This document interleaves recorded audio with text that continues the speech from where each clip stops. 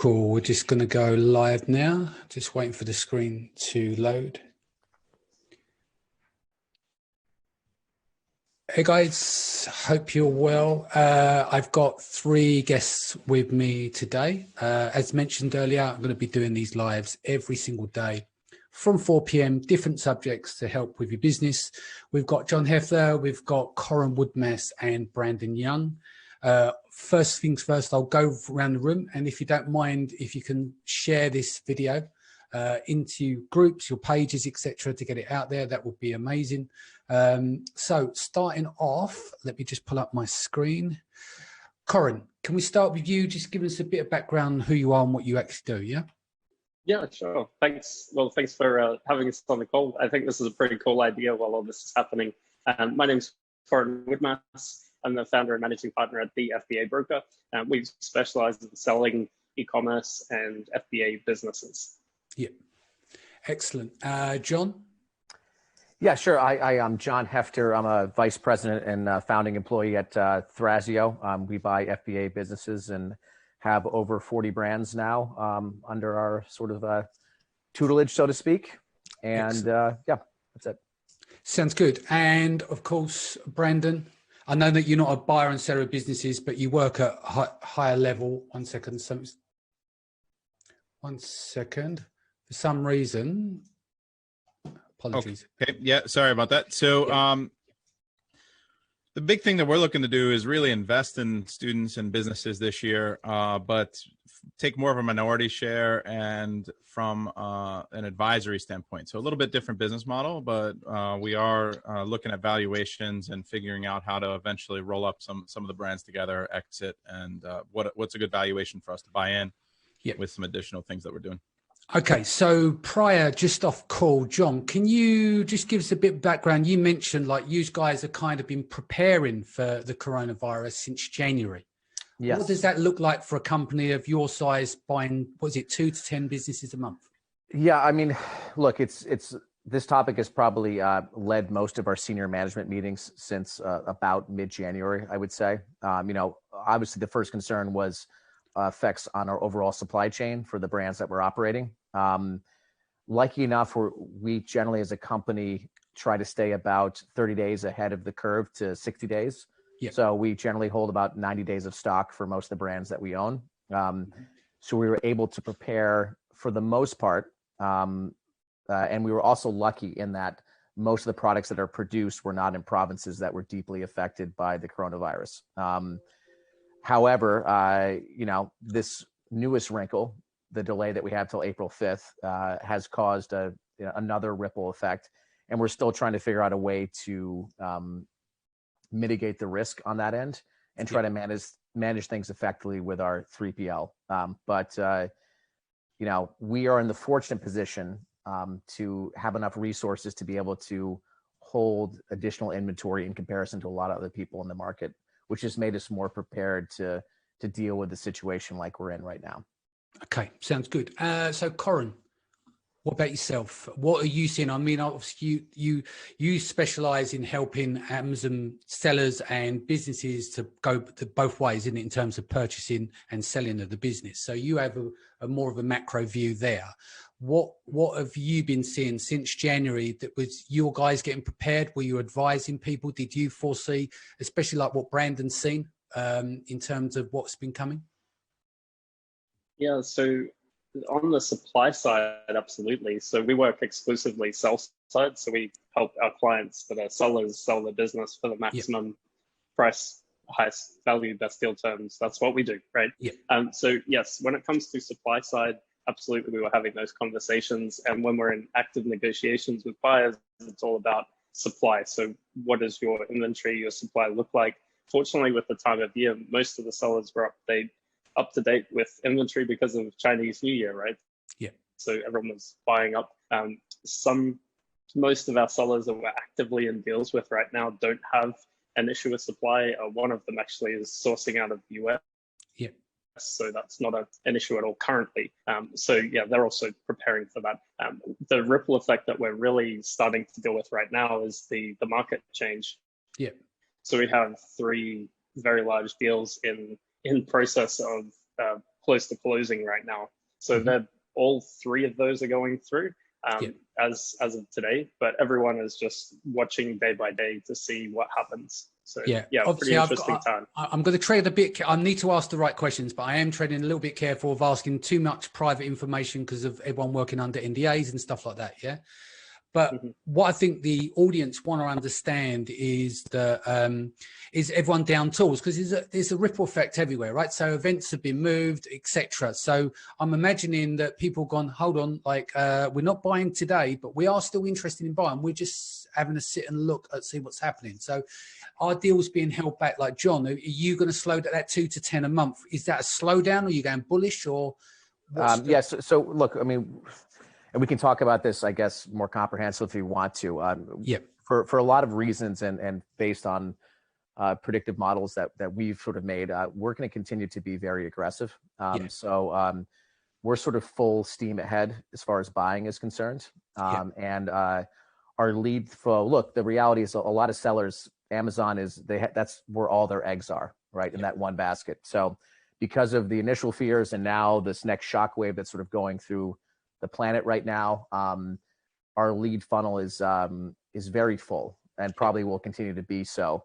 And our plan is to be aggressive, to continue basically paying the same market prices that we're paying, and to try to build up our portfolio because we are we're sort of hunkered down for the long haul, and this should not be something that affects us in the grand scheme of things. While we might see some temporary bumps in the road. Yeah, so you're seeing this thing where it could clear up in 2, 3, 4, 5 months. By your admission, you're sitting on some cash, and your position doesn't change. Exactly. I mean, look, I mean, I would say is like our general prediction is that if this virus follows similar strains in the past, and we do have some connections in the medical field, the likelihood that we will see a period where things damper down, particularly when the humidity and temperature rise across the United States, is relatively high. The likelihood that we'll see a second or third or fourth wave is also relatively high, but these will sort of be intermittently, and we will see some effects on the economy. But on the other side, like, you know, we have some companies that have Italian accounts. Our sales are through the roof, right? Everybody's home. Everybody is changing their consumer behavior. The likelihood that people will remain buying things online is, as long as the supply chain doesn't completely shutter, are likely very high. Now we're going to have some serious supply chain issues. We're going to have very high unemployment in the United States. There's going to be economic ripple effects. There's going to be a lot of unknowns. But even with all those things in place, we think that the likelihood of long-term stability is still really high. So for us, it's still a buyer's market. So basically people get shy in these times, and this is where the people that don't get shy, the people a bit more ballsy with it and go for it, they generally come out the winners. We know in a downturn, quite often this is where some of the big and best companies were built. While the people are, say, a bit scared over here, other people going off in the other direction and just going all in. Brandon, let's bring you in. What do you think will make Amazon businesses attractive now? You invest in some. What would you be advising to people right at this stage? Well, I mean, from an individual standpoint, I think the best investment of your money right now is in an Amazon business. I mean, everything's moving towards e-commerce. It was moving that direction anyway, and I think this is just going to accelerate it. You're going to have a lot of brick and mortar stores that aren't going to survive. You're going to have a lot of people, and the economic downturn is going to be pretty severe, I think. But as John said, I think the stability in the market is going to be there. I think people are still going to have to buy things. It's just which niches are going to suffer the most in the short term. But that also represents an opportunity. I think that being contrarian and going, in one direction when everyone else is going in the other is how you can build some massive wealth. So you can really build some solid brands right now in niches that might be suffering and might actually take a hit in the short term. It's going to be easier to get those products. It's going to be easier to launch them, to rank them, to get them established. And then as the market starts to turn back up, you'll be in a really good position. So I don't see an issue right now of starting an Amazon business. Purchasing, I think maybe wait 2 to 3 months as sales continue as it starts to stabilize or continue to drop. From a buying standpoint, I think it's going to be a great buyer's market in the next 6 months. People are going to want to get some cash out of their business and cash out, but their numbers are going to take a little bit of a hit in the short term, I think. But in the long run, Amazon's going to just continue to grow and become even bigger and better. I mean, while everyone's laying people off, Amazon just announced that they're hiring 100,000 new people. Like they're going, they're growing during a recession and during this economic crisis. Yeah, no, that makes sense. Guys out there, feel free to jot down some questions in the comments. Don't forget to share the video across other groups and stuff. Let's get the word out there. Right, next step. So Corin, coming back to you, because I know you've got to jump off the call soon to pick up on probably closing another deal, which is good.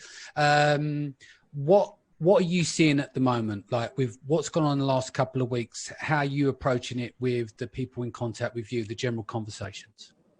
Yeah, absolutely. So it's really it's quite interesting. So we have 2 deals right now that are very invested in closing on both sides, and they have the capital there, the commitments are there to close. We did stop a launch of a deal last week, and it's kind of a lucky thing that happened because they're on the restricted list, so they can't actually send product into Amazon now. So we were worried about supply side last week, and this week it's actual delivery. So once that's cleared up, we'll be launching that deal. I have no concerns launching that deal right now because there are a lot of buyers that are still interested in the market. I think in general, we will see predatory buyers in this space because there's going to be less competition. So with the clients that we work with, it's actually more about optimizing their business right now, making sure that it's as good as it can be, and really using this time to optimize your business for profit and also for future growth. So one of our clients right now, we had a conversation yesterday, he's talking about how he should think about this while we're paused. So that same client, right? So he has these new product ideas, and we were going through them just in general conversation. And he had already come to this conclusion, but essentially his take on it was, let's look at launching products not only that have demand and I can see a window for right now, but what's the chance of them being a longevity? What's the longevity of those products? More importantly, because if you, like Brandon was saying, if you take some of these positions now, is there still going to be demand? It's also interesting to, in your own peer group, well, we're not all together anymore, but in your own peer group, figuring out what people are buying, look at what you're buying yourself. This short window will create opportunity, but then what is the longer term ripple effect of this going to be? So we're seeing some clients having massive sales, and they'll have stock outs because of this, because they can't get the supply in fast enough. So it depends, and then other categories completely being in a dip. So it's just being aware of what's happening, keep a focus on it. And in general, we'll still be doing deals. We're still launching deals. We're signing up new clients, exit planning. I think for us, our focus will be more exit planning and optimizing with our clients ahead of going to market to make sure that they're the top 1% of deals that come out to the market. But in general, the sell-through rate will drop and multiples will drop. It'll be a great time to be a buyer, like Brandon said. Yeah, so I'd say one, try and extract from the conversation here. So for the Amazon seller who's getting ready to sell their business, generally it's good to be on an up curve rather than a down curve, because that gives you a bit more point of negotiation on your multiples. It's very good for people that are bullish in the market who are looking to buy up businesses. So this is a good time as panic sets in. Where do you think the equilibrium will lie? I mean, I read a report the other day. Was it the other day? No, it's today. Bill Gates, obviously we know he kind of not predicted this. He's not Nostradamus, but he mentioned that infections and stuff, and he's got a big foundation for stuff like this. He's saying that if everything is well managed, like if you manage the testing and people stay in their homes, etc., and play ball, in some cases, this can clear the bulk of the worst part of it, could clear in 6 to 10 weeks. Now, that's not going to be realistic everywhere. So we could actually start to see a change. But where do you think the recovery is going to come? Like if everyone's kind of seizing up now, I'll shout this over to John and Brandon. Where do you think, how long do you think the remnants will last for the recovery to kick in before the confidence come back? Well, I think there's a variety of factors that are going to, lead to that recovery outcome. The first one is like, are there antiviral treatments that will be effective in the most dire cases? All right. Yeah. So there's been some testing of malaria drugs and HIV drugs that are seemingly in the very early phases effective. And if that can be produced, I know the malaria drugs are already available at mass scale, right? If those results can be reproduced, then perhaps the fear will go away. And if the fear goes away, and this you know, even if the RO level is still high, that's the level in which this virus can be transmitted. If the treatment can become more effective, perhaps we'll have a respite from the fear and the shock of the whole thing, and life will return back to normal. Whether that will happen or not, I don't know. You know, I seem to think that as far as clinical trials of vaccines, they're saying the window's roughly 12 to 18 months. I'm going to guess that that's going to be compressed somewhat. Again, it's a complete guess. This is not my area of expertise. There's just going to be so many people working on it, and there'll be so much money to be had by those who get to the outcome first, that the likelihood that it's within a 12-month period, I think, is relatively high. Summer in the Northern Hemisphere will certainly, as you expel this virus via breath, what happens is if the humidity is higher, it basically dampens the sort of like output and the range of it. That will reduce the transmission rate to a certain extent. So again, I think we're going to see a lull in the summertime. I could be completely wrong. This is conjecture from everything that I've read and everything we've discussed. And then we'll probably have a ramp up somewhere around our election season, which is October, November. So it's all of those things factored together. You know, my hope is that we'll get a break in summer. It'll be very gnarly in the United States. It's going to be. Our testing's way behind, like 8 to 10, 12 weeks. Summer will have a break, and then hopefully we'll have some level of solution. That's probably best in the fall. Best case scenario. Worst case scenario is summer doesn't give us the break that we think, and we get a massive next second wave, which is similar to like the 1957 flu pandemic that crossed the United States, that had a closer RO rate than, say, like the Spanish flu of 1918, which was absolutely horrible. But that's where I think roughly we are. But again, it's like tea leaves, man. You know, who knows? We don't. But we don't. Yeah. No, it makes sense. Brandon, what's your take? Yeah, I think John nailed it. I mean, there's basically both ends of those spectrums. Best thing we could do is if everyone in the country listened and did what they did in China. Like, they were the first country to not have a new case yesterday. The way that they handled it, their response is basically a blueprint for how everyone in the world should be handling it. But I don't think Americans are as disciplined. I think we're full of hubris. Like I said before, I think that there's this quest for freedom that everyone has. They don't want to be told what to do, and don't want anyone infringing on their rights to go and spread the virus and kill their neighbors. So I'm not as optimistic for America to be able to treat it and stamp it out like China did. I think that that's going to lead to potential reinfection and a second wave that they're planning for. You know, you saw that the news I just shared, there was a family of 7 that spread it amongst themselves, and 3 people died in the family. I mean, it's until that starts happening in communities and you start to see an overtaxing of the medical system and someone's actual aunt is affected, I think people are going to continue to believe all the conspiracy theories and that this isn't a real threat. And, you know, everyone wants to always believe that it's political, because it became politicized. So I think realistically where we're at is pretty bad downturn, pretty low summer. A lot of really depends on the stimulus package that's passed. I mean, they're working on it, but maybe by September, October, assuming that we have a legitimate vaccine and people are willing to take it and not believe the vaccine theories and conspiracies out there, then we should start to recover by then. But you'll be able to buy times of crisis creates massive wealth for people that are ready for it. Right. And I think that's the thing.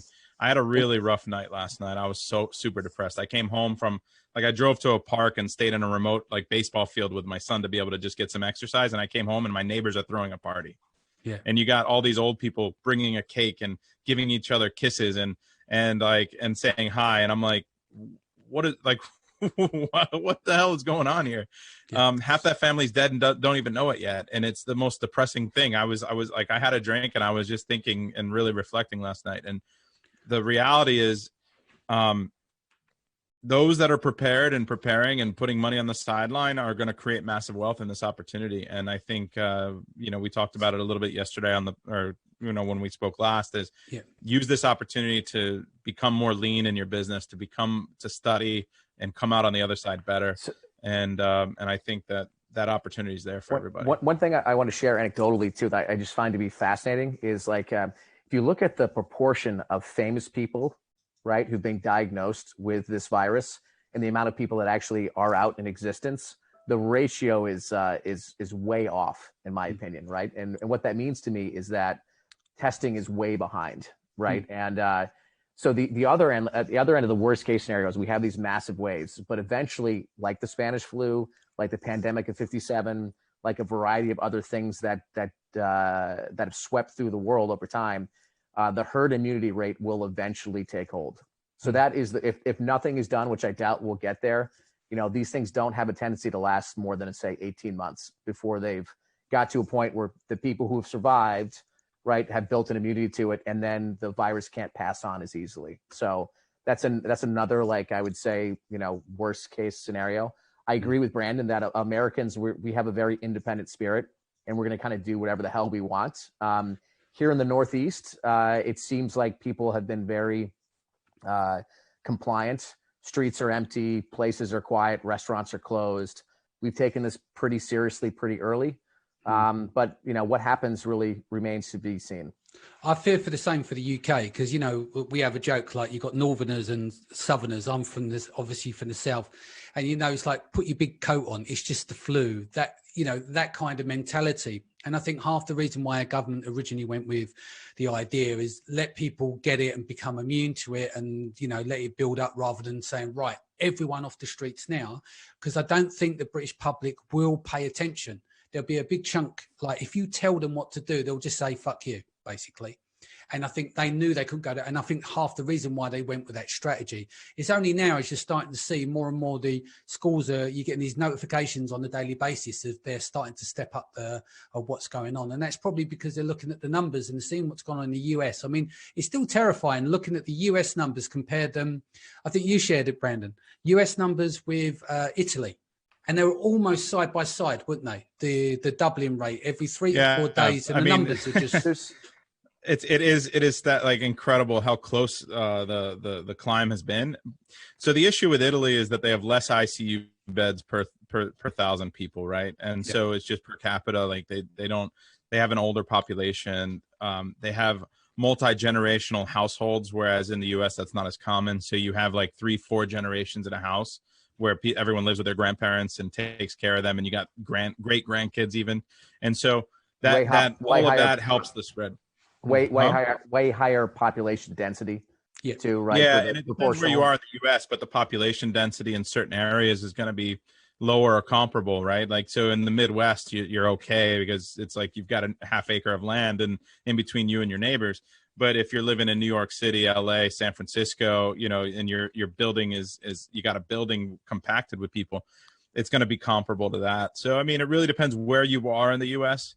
The scary part about UK, like you were saying, it's fine if you do if you do that and you just let everyone get it. The problem is 17 to 20% of even healthy people, depending on the age, need ICU treatment, right? Yeah. Now, the age that needs ICU treatment in China was different than what will need it here in the United States that we're seeing. We're seeing that hospitalized people in the United States are actually much younger because we're fatter, we're unhealthy, we have pre-existing conditions, and we have, we're just not as healthy as Chinese people in general. Our diets are worse and everything. So I think that that's a huge issue that we're not factoring. So hospitalization rates are probably going to be higher here in the United States. And that could impact the death rate depending on where we're at. We do have, I mean, obviously, like you, Brandon, you pointed out that Italy has besides Japan, the highest average age in a population in the world, right? Yeah. The United States, we do have some advantages in a lot of areas. We don't have as high of air pollution and smoking percentage as far as even Italy and China is compared. That will offset some of it, but as far as like diabetes and obesity and all those other things, it'll be interesting to see sort of how that unfolds, and we'll see where this doubling rate happens. Again, I think to believe that we're headed for a very rough patch, particularly as testing increases in the next month or two. It's going to seem extreme dramatic. As far as it being apocalyptic, I'm very dubious of those sort of claims. I'm on the same team as you. I think it's going to get worse and then it will get better. And I think what will happen, the reason it will get better is because people will take it seriously. Suddenly those people that are going outside, right, okay, listen, I'm from a council estate, right? So basically the mentality, or my mentality 20 years ago, etc., or longer than that, is that people are going to be sitting in their houses. They haven't got much money. They've got not much in terms of prospect. They can't work. They can't get to the pub and they smoke cigarettes, right? And the thing is, their cigarettes run out after 2 or 3 days and they're going to go, fuck this, I'm going down the road. And that's where it all starts, And once you've got people that who are quite poor and they need some level of stimulation. And if you take those things away, that's where problems start to occur as well. Because it's not just like millennials going out and partying and stuff like that. It's people with different wage brackets who have different potentials in their life. Does that make sense? And I think that's where you get an uprising as well. Like in 2011, I think it was when we had like the riots and stuff. This is from a very different reason.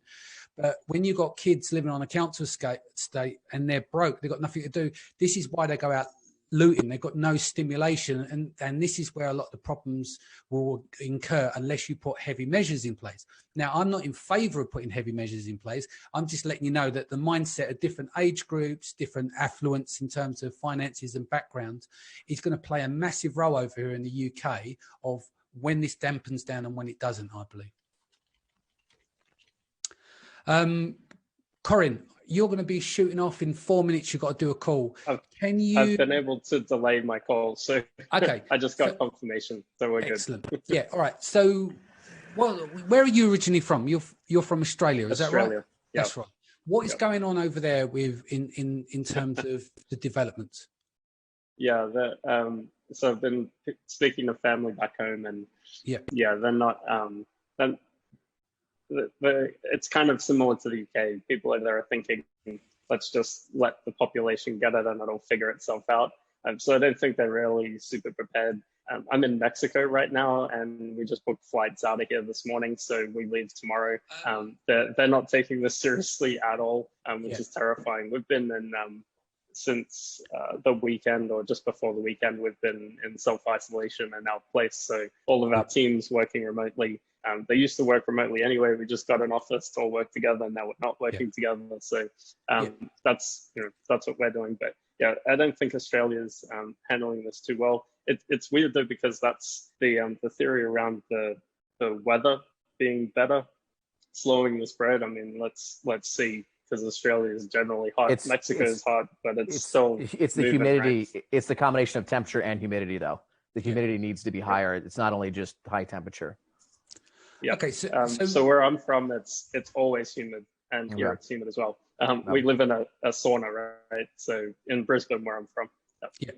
No, that makes sense. So moving it back round on point. I know we've gone more on the off away from the business. So let's get back into the business side of things. Let's look at the upside of the China recovery and the impact that's going to have on getting back to manufacturing normal, right? So my understanding from the reports is that they had, like Brandon mentioned earlier, there was no reported cases yesterday of new cases, right? And there's some normality. People were back out on the streets. They may be eating at distance apart. What's going on in the factories from your point of view? I mean, right now we're at over 95% capacity as far as production is concerned across all of our international, production facilities. Excellent. So you mean you're 95% up. So you're only 5% off in terms of your deliverables, yeah? Yes. Brandon, what about you? What's going on with your factory supply chain, etc.? Yeah, for the most part, we're all above 90%. I mean, supply chain isn't going to be an issue moving forward, I don't think. Some costs of raw materials have gone up. Some have gone down. It's kind of balanced. I think that what we need to do is disaster. Sorry about that. Sorry, I wanted to say that. Go ahead. No, go ahead. Air shipping is going to be a disaster, right? Because they're cutting flights, and most of your air shipped materials end up on actual just regular consumer based flights, right? That's how they get moved. So we're noticing that if you have to air ship something, sometimes they're going to be charging you like $6-7 a unit, even on really light stuff, because there just aren't enough flights in the air. Yeah, we've noticed definitely shipping costs have gone up. And if you're moving by container, I mean, it really depends if you can even get it out. So we've managed to get some shipping out, but now that Amazon closed the doors on some of the categories, like I think it'll ease the shipping burden a little bit, because a lot of people aren't going to be able to move their units to the US anyway. Everyone should be bringing it over here to a 3PL if they have access to one, and getting it ready for when the door opens again. It's really close. You can get an appointment and get it delivered in a day. Just always, keep monitoring the situation, because who knows when they're going to open it back up. I know some facilities in the US, some Amazon facilities are closing down. They just had a case in New Jersey. So all of those things are playing a factor. For us, it's just inventory management. We have to understand and try to predict the trends. Like, we have travel accessories and luxury products that we sell. So obviously those are going to take a major hit. People aren't going to be traveling over the next 6 months. And, we've already seen probably a 60 or 70% dip from last year. We'll probably expect to see it even further than that as the country locks down. So, but we've seen an increase in our toy lines. Like, we have several toy brands, and we've seen an increase there by 30 to 40%. So, I mean, it balances, but understanding how to manage the inventory with where you think the economy is going to be and the trends is going to be the biggest challenge for everybody right now. Cool. So Just on that point, can I just add to that? Yeah. Yeah. So we were marketing a sports and outdoor brand last year, and one of the guys that were looking at buying this, one of the buyers we were talking to did a hedge fund, and he went over to the analyst room and asked them to research the recession trends of these particular products. It was quite interesting. Some of these categories that you think may do bad in a recession, maybe take a look at your portfolio and see or your categories, see what happened last time and try and prepare for that. Right? Maybe there's something to expand into if you're in a certain category too. Yeah, makes sense. So I won't make this a super long one. What I want to find out, is there anything you guys want to add before we go? And then I want to get some predictions off you. John, is there anything we want to get out at the moment that's important? Sure. I want to clarify, just to touch up on Corin was saying, when the humidity and heat rises, it doesn't mean that the virus is not transferable. Yeah. It just means that the RO drops by a significant margin. So if it's at roughly a 3, which means that one person gets it, it's likely to pass it on to 3 people. That number naturally can drop down to a 1.8, which causes the dip, which then is why when fall comes up, generally you get the big spike again. So I want to clarify to saying, like, it's not going to go away. That's not happening. It's just the rate that it would go away might be decreased. So I just wanted to clarify that one piece right there. And then, as far as like it appears across all markets, sales on Amazon are up. And I would make one recommendation to sellers: who knows what's going to happen with supply chain and with, Amazon restocking on some of these emergency supplies and everything that's going on. If you can afford to hold more stock in house, I think the likelihood that some of your competitors might go out of stock and might have trouble replenishing and other problems happening is higher than usual. And I would stock more if I were you than usual. Yeah, makes sense. Corin? Yeah, absolutely. I'd agree with that. I think this is a really good time to look at your business as an investment and hold all of your product lines accountable. We go through this with our clients all the time, and exit planning is looking not just at your top line, bottom line, but drill down into your SKU level information and make sure your business is as rock solid as it can be. And obviously this is going to change, but the more profit margin you have, the more ability you have to weather storms like this, and you'll just be pulling more cash out. I wouldn't be rushing to sell a business right now. I think that's a really bad idea. So yeah, that's my 2 cents on it. Brandon? Yeah, I mean, everybody just has to kind of wait and see. I think understand that there's going to be a downturn. There's going to be still a great opportunity in this business. Do your research. Keep looking for new products. Try to think ahead. Don't jump into the same niches that everyone's doing. Like these, if you're trying to sell masks and hand sanitizers and emergency like first aid kits and stuff, like just realize that that's going to get flooded, and then the demand's going to drop in 8 or 9 months. So it's going to be a market that is very short lived, and it's basically the next fidget spinner. So Don't do the get rich quick. Start building a solid foundation of brands and products. Right now is a great opportunity to jump into niches that are taking a hit because it's easier to rank and easier to launch. Look at grocery, because I think in the long term, people are going to become more, it's going to change buying habits, right? I think people are going to get more used to shopping online for their groceries. They're going to love the convenience of it, not having to waste an hour running over to the store and shopping around when you can just hit a button and say order again every week, right? And then it shows up on your doorstep in 2 hours. So look at other categories that you can expect to increase over the next 9 to 12 months as we recover, and get used to it, build it out now. But for the most part, like I said before, crisis is a time when massive wealth can be built. So if you have cash on the sideline and you have an opportunity to get better, come out of this better. Don't watch the 6 different shows on Netflix and binge them. Do something productive with your time and come out on the other side better as a person and for your business. Sounds good. Right, back to you, Corin. If people want to reach out to you for any reason, what's the best way to get hold of you? Our website is thefbabroker.com or sales at the FBA Broker, and you'll get hold of our team. So yeah, happy to help. Excellent. John? Best way to reach out to our deal team if you're looking to sell is probably reach out to Ken on our deal team, Ken at Thras, THRAS.io.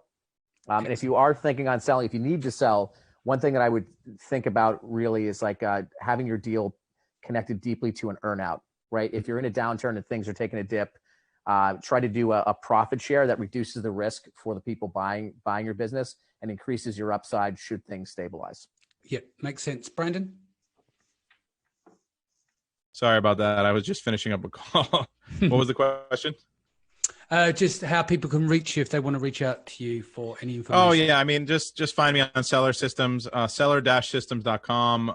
My group is Seller Systems Succeeding on Amazon FBA. Happy to help out or give any advice. Cool, guys. Thank you for joining us today and giving up your time. Tomorrow, we're going to go into cash flow crisis management. If people are struggling out there, what to do, how to optimize and things like that. As I said, I'll be going live 4 p.m. every single day. Please feel free to share the videos around. Ultimately, everyone's on lockdown, or a lot of people on lockdown at the moment. So I'm trying to get out as much information as possible so you don't drive your family mad and you've got something to do. So take care, and I'll see you all soon. Bye-bye. Cool. Thanks, Danny. See you guys. Thanks.